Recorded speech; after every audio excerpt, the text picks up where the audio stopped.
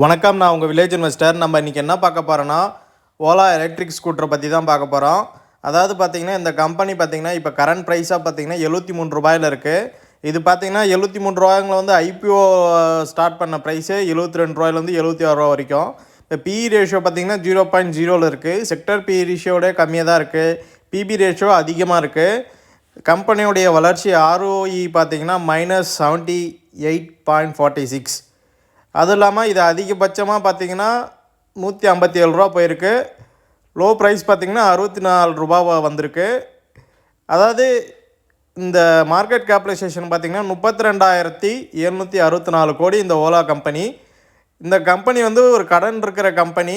அதுவும் இல்லாமல் பார்த்திங்கன்னா இந்த கம்பெனிக்கு வளர்ச்சி இல்லை. நான் இந்த ஷேரில் இன்வெஸ்ட் பண்ணல ஃப்ரெண்ட்ஸ். நீங்கள் இன்வெஸ்ட் பண்ணுறதும் இன்வெஸ்ட் பண்ணாதது உங்களுடைய விருப்பம். பட் நான் இந்த ஷேரில் இன்வெஸ்ட் பண்ணல. ஏன்னா இது வந்து ஸ்டாக்ஸ் பார்த்தோன்னா வந்து ஒரு டெட் ஃப்ரீ கம்பெனி கிடையாது, கடன் இருக்கிற கம்பெனி. கம்பெனியுடைய வளர்ச்சியும் இல்லை. அதுவும் இல்லாமல் பார்த்திங்கன்னா பிபி ரேஷியோவும் அதிகமாக இருக்குது. பிஇ ரேஷியோ என்னன்னு தெரியல, இன்னும் போடவே இல்லை.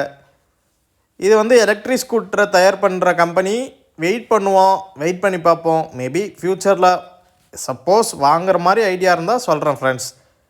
என் சேனலை பிடிச்சிருந்தா சப்ஸ்கிரைப் பண்ணுங்கள், ஷேர் பண்ணுங்கள், உங்கள் ஃப்ரெண்ட்ஸ்க்கு வந்து அனுப்பி லைக் கமெண்ட் பண்ண சொல்லுங்கள் ஃப்ரெண்ட்ஸ். அப்போ தான் நிறைய பேருக்கு ரீச் ஆகும். Thank you, have nice day.